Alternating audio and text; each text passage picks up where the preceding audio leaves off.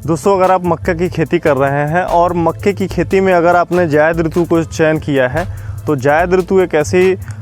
ऋतु मानी जाती है जहां पे तापमान जो है वो आवश्यकता से अधिक ऊपर चला जाता है। तो इस समय जो है आपकी फसलों में रोग और कीटों का जो आक्रमण होता है वो बहुत तेज़ी के साथ हो जाता है, क्योंकि जब तापमान ऊपर जाता है तो रोग और कीट जो है हमारी फसलों को बहुत ज़्यादा नुकसान पहुंचाते हैं।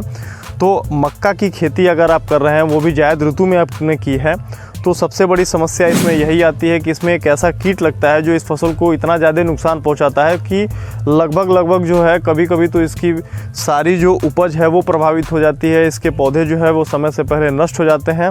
और 5 से 6 दिनों के अंदर जो है वो पूरी फसल जो है वो बर्बाद हो जाती है। ये होता है मक्का का सबसे हानिकारक कीट, जिसको हम तनाछेदक के नाम से जानते हैं।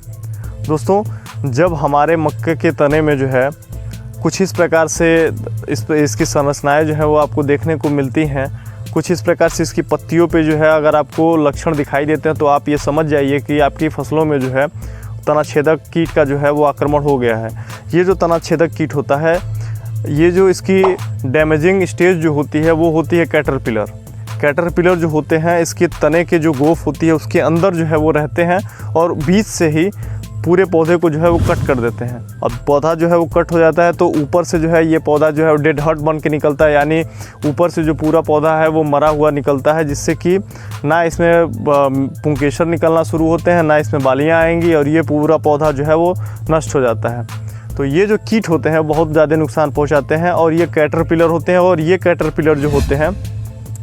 ये हल्का जो है वो पीलापन लिए होते हैं। और तो और दोस्तों, ये जो है वो तने की पत्तियों के अंदर इनकी गोफ में जो है वो रहते हैं और इनकी जो लक्षण होते हैं वो कुछ इस प्रकार से होते हैं कि ये जब अपना बीट निकालते हैं, जैसे अगर अपना मल निकालते हैं, तो इसको पत्तियों के ऊपर जो है वो आपको देखने को मिल जाएगा।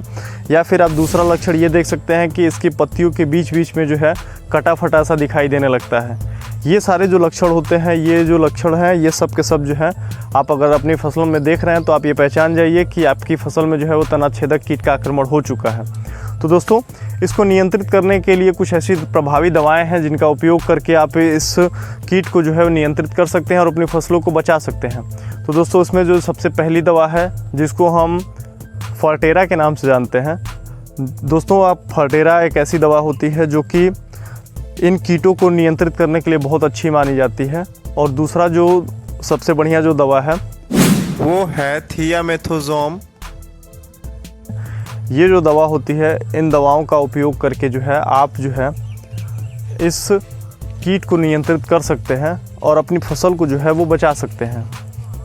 तो दोस्तों, अगर आपकी भी फसलों में इस प्रकार के कीट जो है वो दिखाई दे रहे हैं, आपकी फसल भी इस प्रकार के कीटों से प्रभावित हो चुकी है, तो आप इस दवा का उपयोग जो है वो कर सकते हैं।